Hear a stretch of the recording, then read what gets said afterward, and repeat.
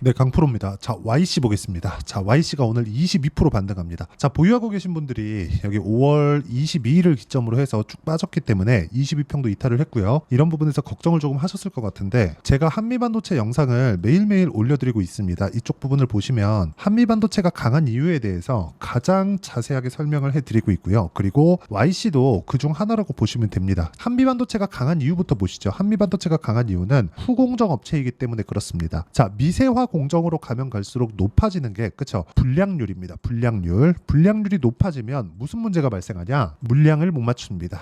자, 물량을 못 맞추면 못 맞출수록 마진이 떨어지게 되죠. 왜? 웨이퍼에다 놓고 찍어내야 되기 때문에. 그런데 웨이퍼의 가격이 비쌉니다. 자, 그렇기 때문에 단가 자체를 올리고 수율을 높이기 위한 조건, 후공정에 대한 중요도가 계속해서 부각되고 있다는 점이 중요합니다.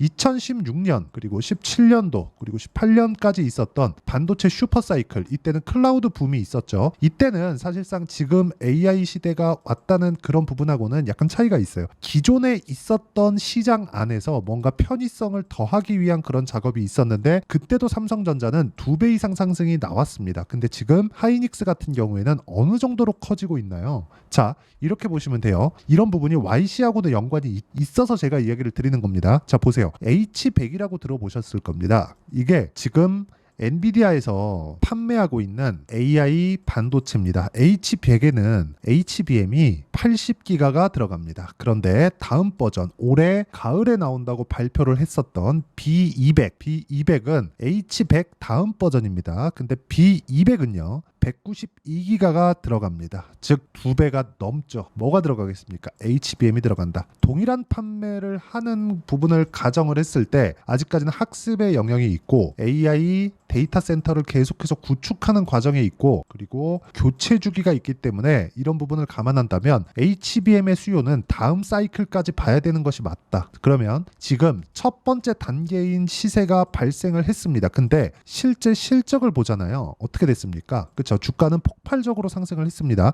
작년에 YC의 주가는요. 대략 3,000원대였는데 지금 17,000원대, 거의 한 2만 원 부근까지 올라왔다는 부분을 감안한다면요. 우리가 봐야 되는 건 실적은 아직까지 좋아지는 부분이 나오지 않고 있어요. 물론 하이닉스나 한미반도체 같은 경우에는 실적이 좋아지는 부분이 있었죠.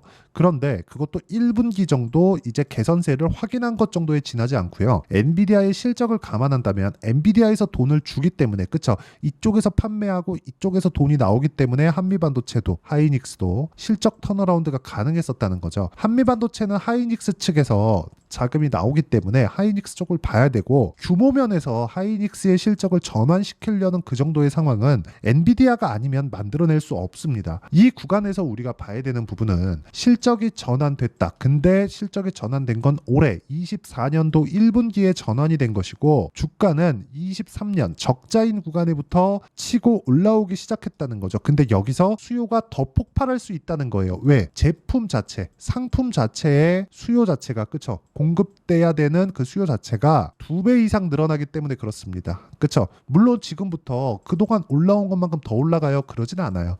근데 지금보다 추가적인 상승세는 충분히 있다. 이 구간을 이해했을 때 어느 정도까지 우리가 매매할 수 있는지 타점을 한번 보겠습니다. 자, 첫 번째 반도체 관련돼서 보시죠. 언제 공략했나요? 그쵸? 이런 식으로 매수, 신고가 구간, 돌파 구간에 공략을 했다는 점이 중요합니다. 정배열 구간을 첫 번째로 만들고 그리고 나서 신고가를 만들고 신고가를 돌파하는 구간에 공략을 했을 때 3거래일 동안 75% 정도의 수익을 냈고요.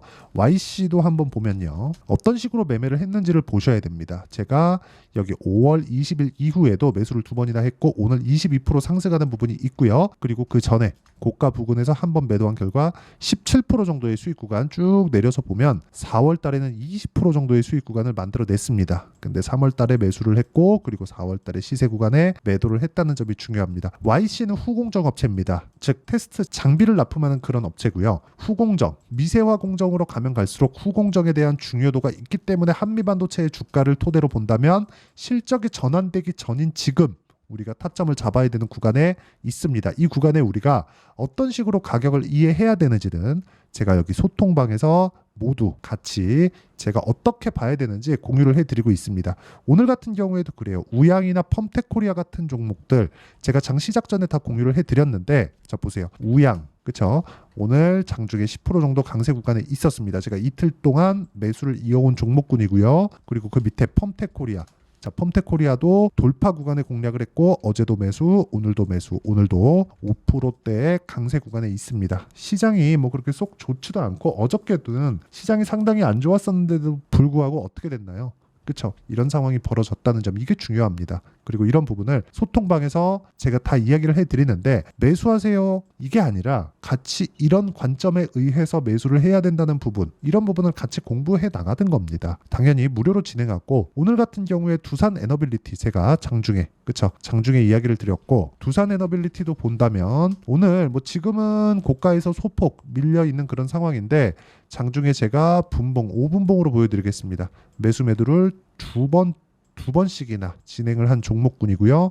그리고 당연히 상승 구간 21,750원까지 올랐고 지금은 매수가보다는 높이 있는 그런 상황입니다.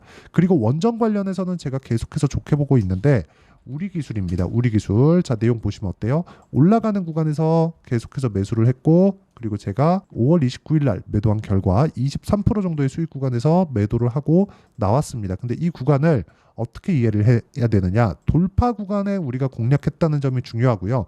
이런 부분을 제가 다 같이 공부할 수 있게 소통방에서 모두 공유하고 있으니까 구독과 좋아요 눌러주시고요. 상단에 있는 전화번호로 구독 또는 소통이라고 문자 보내주시면 여기 소통방 입장 링크를 무료로 공유를 해드리도록 하겠습니다. 자, 제가 어떤 류의 종목군들을 공략하는지를 다 말씀을 드렸어요. 그러면 이 내용을 가지고 우리가 YC를 보면 제가 매수를 하기도 했지만 어떤 관점에 의해서 제가 말씀을 드리는지 알겠죠? 실적이 전환되기 전이에요. 실적이 전환되기 전이라는 건 어떤 상황이 와 있다는 거죠? 미래 가치, 앞으로 기대감이 있다는 겁니다. 그 기대감은 어디서 주죠? 엔비디아에서 줍니다. 그렇죠? 근데 이런 부분은 너무 추상적이라고 볼 수도 있기 때문에 우리가 이 내용이 갖춰져 있다는 걸 알기 전에 종목을 구분지어야 되는 필요가 있다는 거죠. 그게 무슨 얘기입니까? 상승하는 구간, 올라가는 구간을 확인하자. 기본적으로 우리는 세력이 들어오는 부분을 확인하고 나서 매수를 하는 게 기간상 짧습니다. 기간을 잡는다는 건 심리를 안정시키겠다는 것과 같은 이야기가 되고요. 심리를 안정시키는 부분을 내가 만들어내려면 가격에 대한 이해가 필요합니다. 가격에 대한 이해를 하고 종목군을 분석을 했을 때 내가 앞으로 실적에 대한 부분을 예상할 수 있는 부분이에요. 즉 예측치는 예측치일 수밖에 없다는 거고 우리가 팩트로 봐야 되는, 사실적으로 봐야 되는 건 가격이 올라가는 것이다. 이 올라가는 부분에 어떤 식으로 공략을 해야 되는지를 제가 여기 소통방에서 이야기를 다 드리고 있는 거고요. 여기 소통방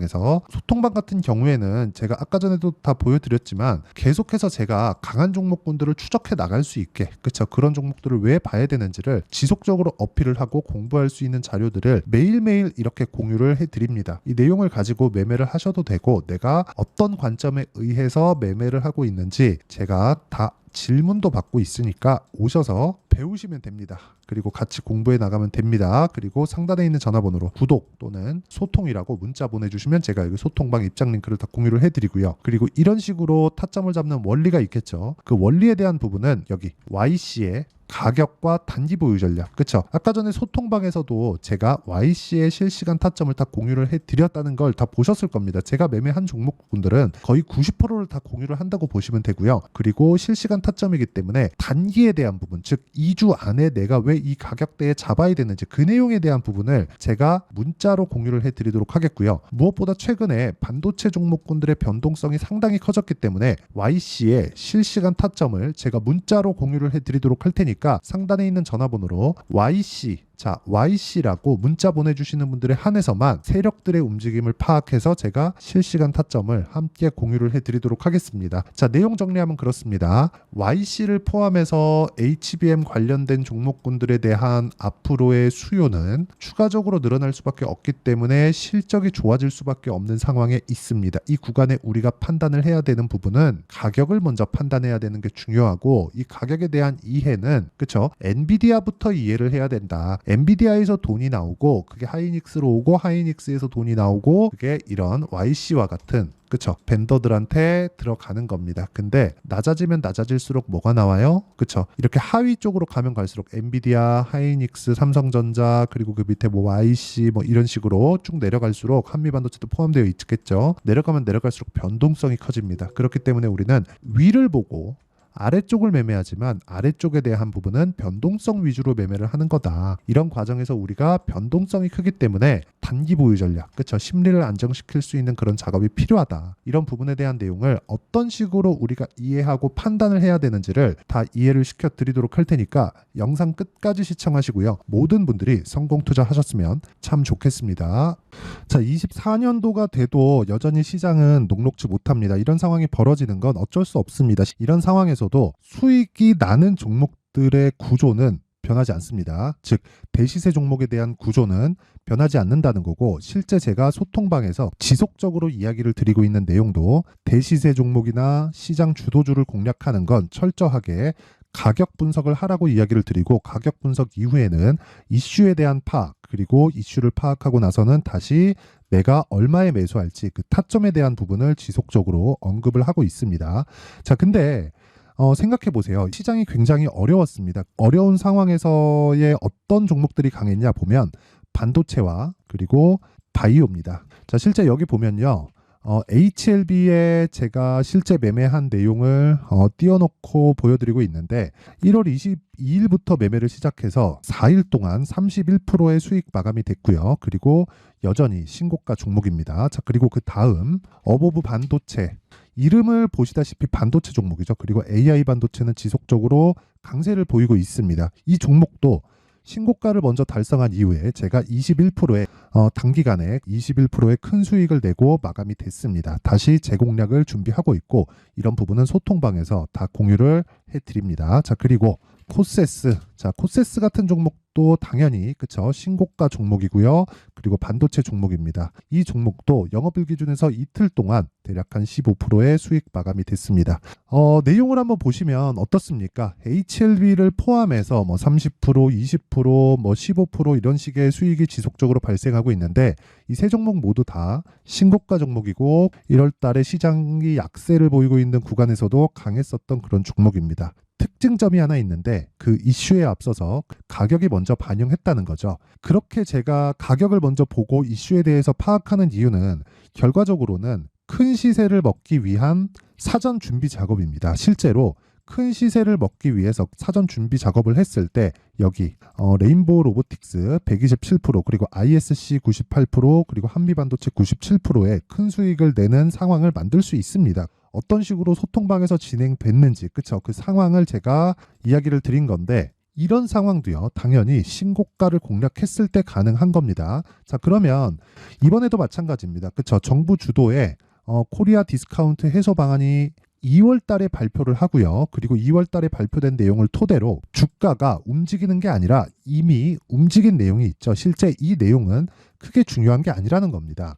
실제 움직인 내용을 보면, 자, 기아차입니다. 실제로 12월 달에 신고가를 만들어 놓고 정부에서 입김을 불어 넣으니까 순식간에 기아차를 포함해서 현대차 같은 거대 기업들의 주가가 2주도 채 되지 않아서 40% 정도의 큰 시세를 냅니다. 자, 그러면 우리는 어떤 종목을 봐야 될까요? 이슈를 파악해야 되는 것도 맞지만 철저하게 가격에 맞춰서 매매를 해야 되는 게 당연히 중요합니다. 정부가 주도하는 정책 방향이 있겠죠. 그 방향에 맞춰서 우리가 종목을 찾을 필요가 있다. 자, 그러면 답이 나왔습니다. 정부가 주도하는 방향에 맞춰서 제2의 기아차를 찾는 게 지금은 중요하다. 근데 정부 정책의 방향에 맞게 가자. 그랬을 때 앞서서 제가 보여드렸었던 내용인 여기 레인보우 로보틱스 127%, 그리고 ISC 98%, 그리고 한미반도체 97%와 같은 수익을 낼 수 있습니다. 물론 시간에 대한 부분은 최소 2주의 시간이 필요하고요. 그리고 최장 3개월 안에 끝내야 됩니다.